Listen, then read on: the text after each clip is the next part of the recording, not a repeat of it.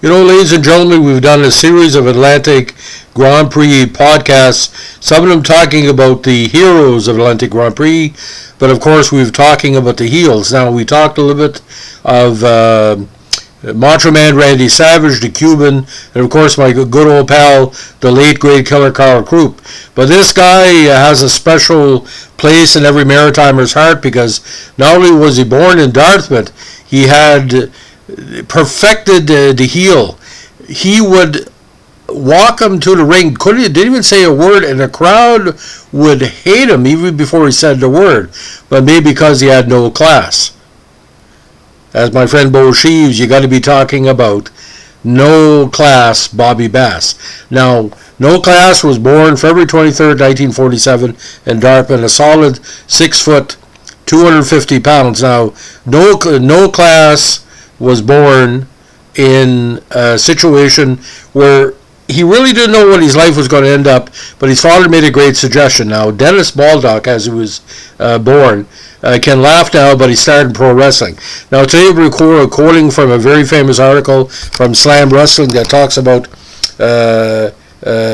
No Class's, what he call, time in wrestling.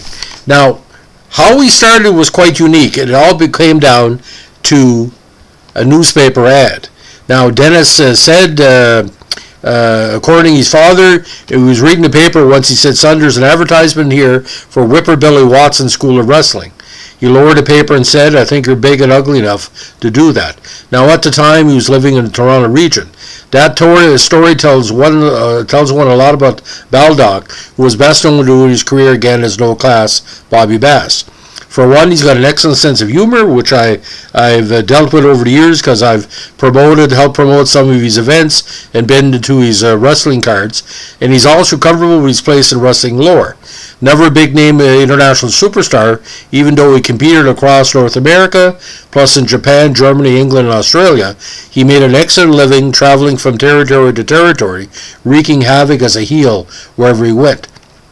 Now, Whipper Billy Watson School of Wrestling was actually run by the Whip's son, Phil Watson, a.k.a. Whipper Watson Jr. Phil was an excellent teacher, said Baldock, who trained with him for about a year.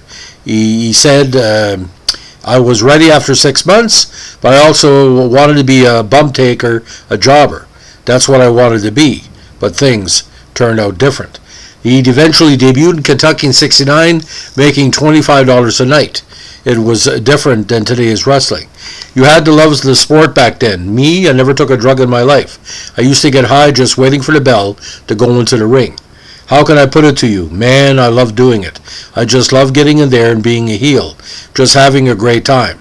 And there was never no filthy language, no naked chicks running around, no doing the suck it thing and all that. We did it with hard, honest work. Now, where he got the name No Class Bobby Bass shows the history of the legend of the Bass Man.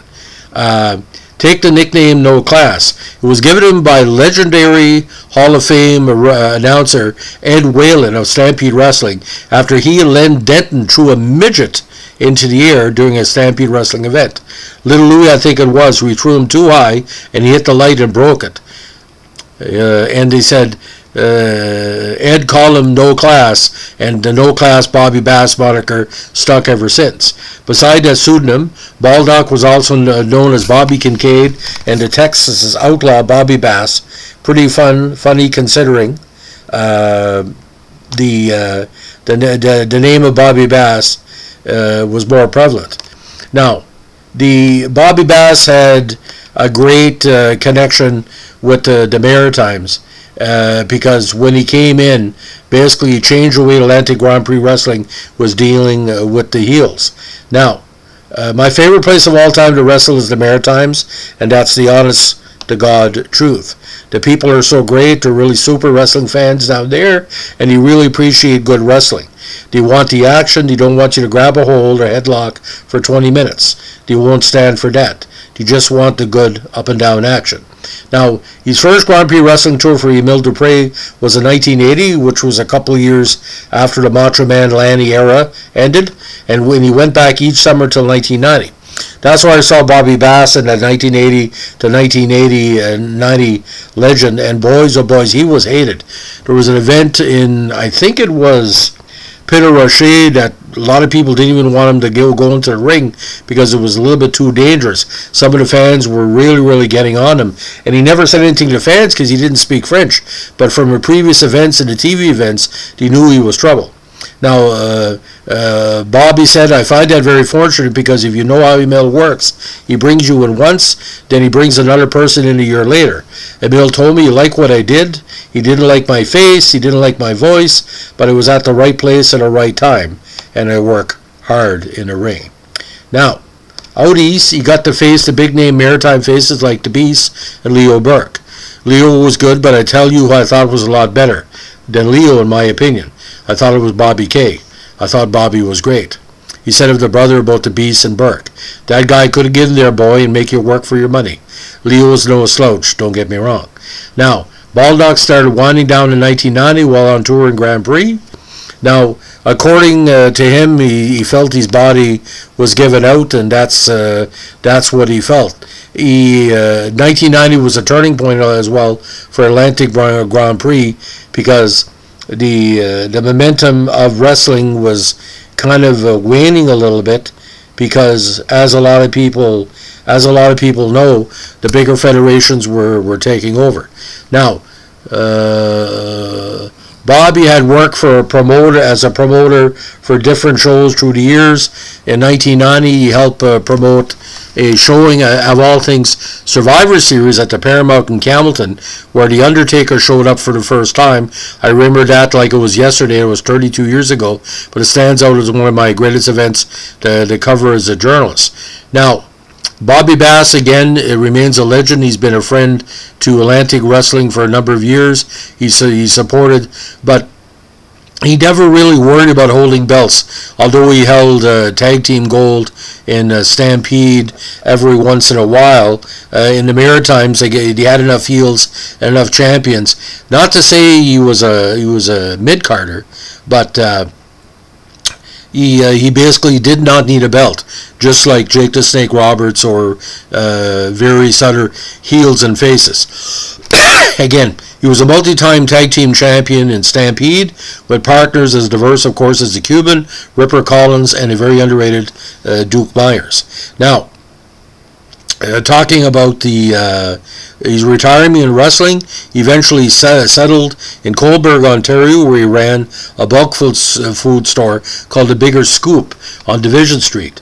During the summer, he also worked in Toronto's movie industry, going to location shoots and driving movie stars around.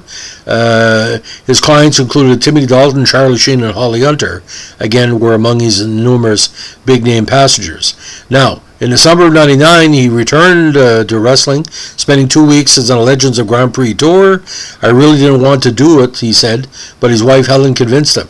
Another plus was that he'd get to see the Cuban assassin, a guy idolized in his business. Now, Baldock, every time that he basically contacts or has been friends with people in the Maritimes region, and he's had a lot of dear friends throughout the Maritimes through the years. Everybody smiles when we think about No Class Bobby Bass because he has class. He's been a kind of one of the last icons of Atlantic Grand Prix wrestling because a lot of them have either passed on or moved on. But Bobby has been very active in many ways over the years to support the legend of Grand Prix wrestling and just being himself. Now, my good friend Bo Sheaves has been friends with Bobby Bass for a while as well. I've crossed paths with Bobby a few times over the years. He's been nothing but great with the fans. But I remember one scene. We're at waiting for the wrestling card to start at the Paramount. Again, we had no idea who The Undertaker was. And one guy recognized No Class. And I remember him saying, "Are you wrestling tonight?" And Bobby said, "Well, if you find the show boring, maybe you can set up a match. Would there be an Indian from Listergush be tough enough to take me on?" Now, Bobby's physical size was kind of weird. He wasn't ripped.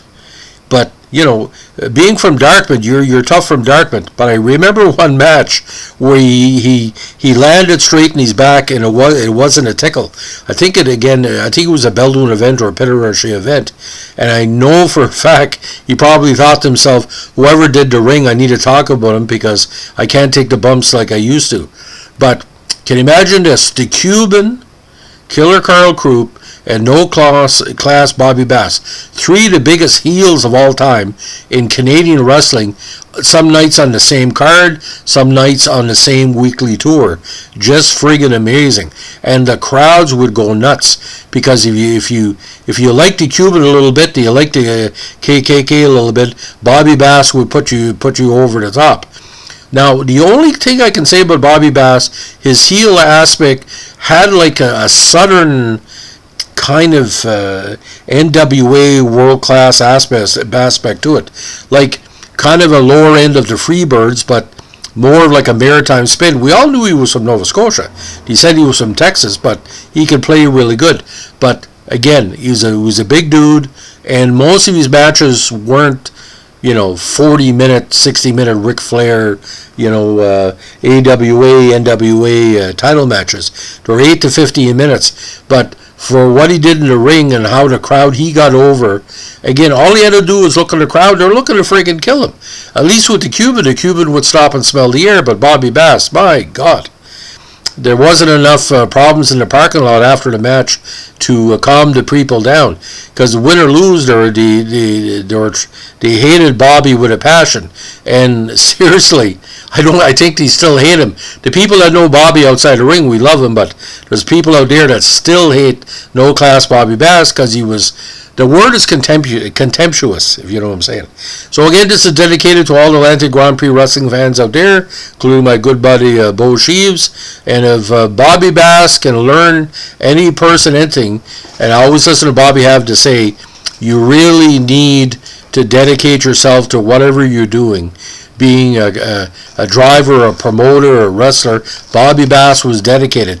And he says, before there was the cerebral assassin, he was the most cerebral wrestler I had ever known. I talked to him one time for 15 minutes, and it was a master class on how to deal with promotion. Because when he said something, you listened. And boys, oh boys, Ole Anderson maybe as well? A little bit of Ole? That's what I'm saying. So no class Bobby Bass, one of the legends we're glad to promote here on our podcast channel. Give us a like, comment, subscribe, or share.